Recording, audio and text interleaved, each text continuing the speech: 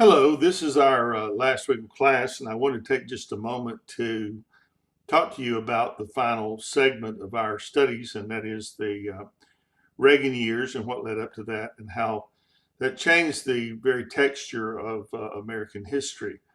First of all, let me say that I've really enjoyed the past 8 weeks. I appreciate your dedication to being involved in the various discussions that we've had, and I think we've learned some things from each other and learned some things about history that I hope you'll take with you as you move forward in your life and your career. And I hope you'll look back at this time that we've had together as very informative and maybe to kind of stretch your love and interest in history, that you'll go on and read and study. As I've said, I enjoy presidential biographies, and usually those are the way that I like to learn American history. We kind of left things in the 70s at the election of Jimmy Carter, and that was an interesting time.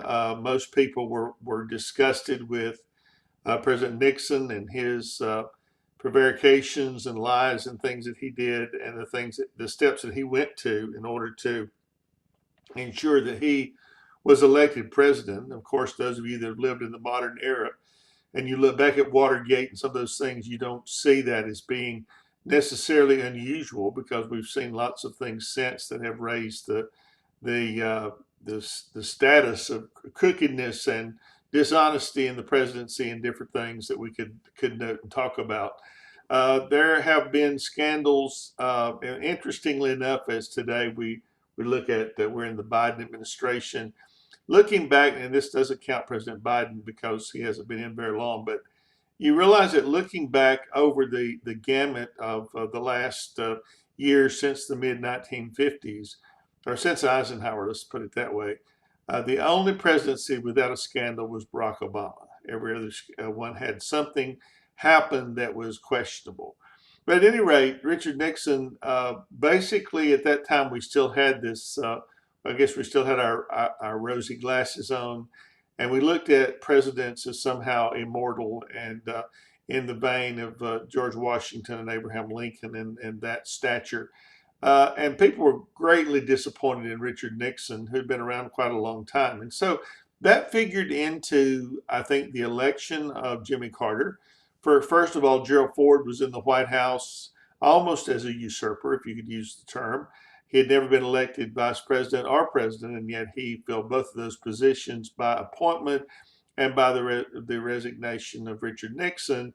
And so basically his run for the presidency didn't work out well, especially his pardoning of Nixon, which for most of us, we would probably say it was for the good of the country. We couldn't take much more of the Watergate hearings and the trial and the idea of sending a president at that time to prison, while it has become much more interesting today and a bigger possibility today than it's ever been. At that point in time, we probably didn't want to put a president in prison for his crimes. At any rate, Jimmy Carter also carried the born again Christian mantle, and most people were just looking for an honest guy to be president, and that was Jimmy Carter. Jimmy Carter did not turn out to be a great president. In fact, he's been a much better ex-president than he ever was a president. When you see him now, he's at 95, 96 years old with a hammer in his hand building a house for Habitat for Humanity. He has worked on world peace, and the Carter Center in Atlanta has worked on civil rights and voting around the world. So he's really a great elder statesman, one that I highly respect, and as a man and as a person and as a Christian.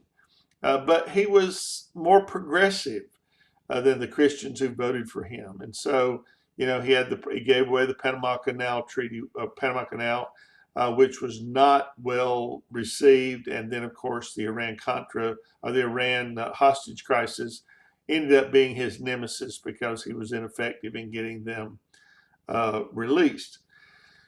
Ronald Reagan came to run in 1980. Ronald Reagan was a person that people respected, and they respected that his word was his bond.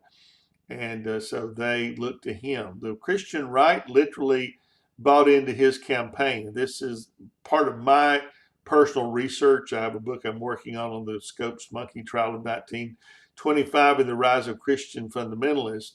And as we look at the landscape today, the interesting thing is that Christian fundamentalists have taken over the Republican Party and basically put Donald Trump in the White House.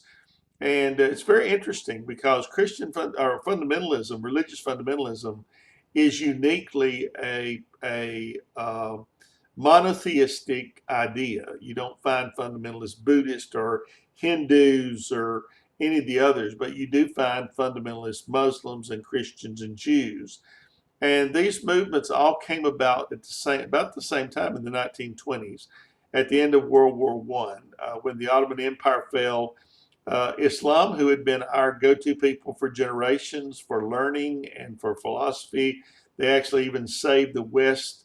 While we were in the Dark Ages, they translated all the Greek philosophical works into Arabic, and they kept them for us, and we had to go to them to get them back after we came out of the Dark Ages. They were the go-to people for great learning for generations. They just suddenly turn and go back into the Dark Ages and become, for the most part, the fundamental Islamicists that we know. Now, that's painting with a broad brush. Not all Muslims are fundamentalists, and not all of them are terrorists. I have some very fine friends that are neither of those, and they're wonderful, and they practice their religion, and they're faithful. But there are those that are fundamentalists. At the same time, the Jews' fundamentalism exhibits itself in the Zionist movement, 1896, and Theodor Herzl advocating for a Jewish homeland. And of course, they got that in 1948 when, in a day, Israel was made a nation and created much of the world's terrorism problems that we have today. When you just cut out an area of land, and I blame the United States and Great Britain largely for that, in the old Palestine, and push the Palestinians off the land, put the Jews in it, and call it a nation. And since 1948, the Palestinians have been in a refugee camp, and the rest of the world just ignores that they're there. That is a major problem. It has incited most of the terrorist activities that we see today.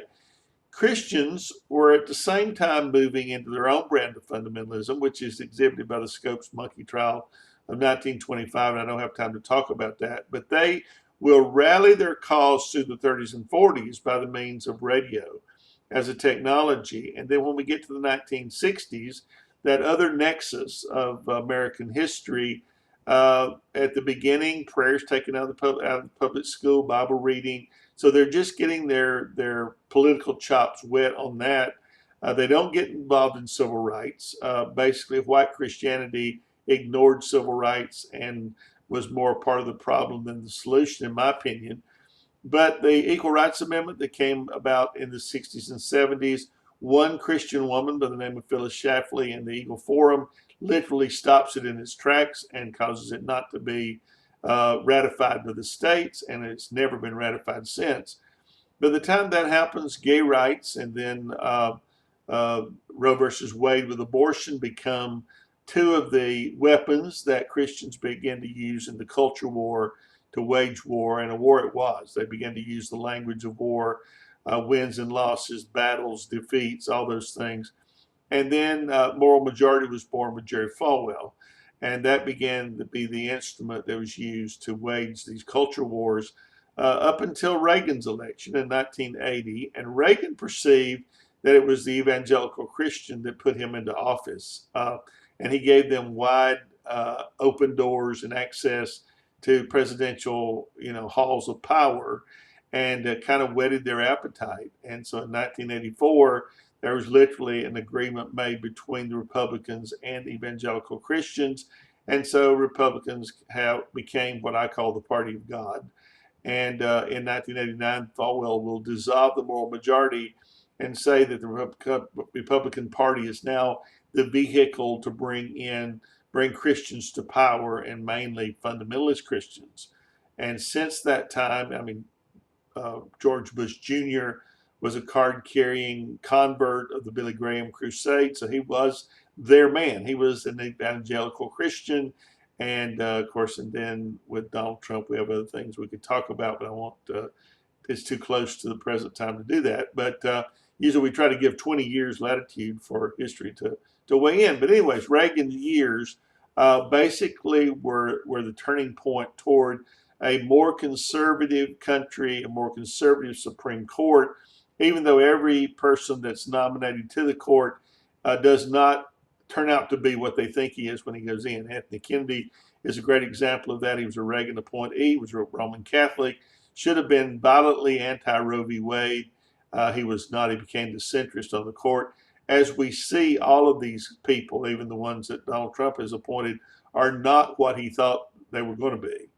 And this causes a lot of consternation among them. So as you think about Reagan, think about the influence of evangelical Christians on his presidency. I had a friend once who was a pastor who wrote him and said, Mr. Reagan, we always hear you talk about God. I want to know if you know this God that you're talking about. And he carried around in his Bible this note from the desk of Ronald Reagan. It said, Dear Brother John, I want you to know I know the day and the hour I made that decision, and I've lived with it every day since. So a fairly clear statement of faith, even though he didn't wear his Christianity on his sleeve like others do. We see the influence. And so when I look at the Reagan years, I see this turning point where Christianity or the Christian right, there is a progressive Christianity that's not a part of that, but the Christian right, which I still see in them, the fundamentalist influence, begins to influence our government and take over our country. And we've seen this almost exhibited every day in the last 5 or 6, 7 years. So I hope this is kind of get your appetite whetted for considering and thinking about history. This is a wonderful period of history.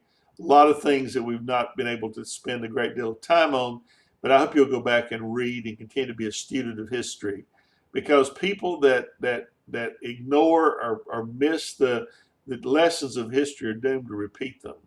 And so I don't want you to fall into that category. Thank you so much for the time that you've given me. It's been an honor, and I appreciate so much our time together, and I look forward to our continued friendship in the future. Thank you.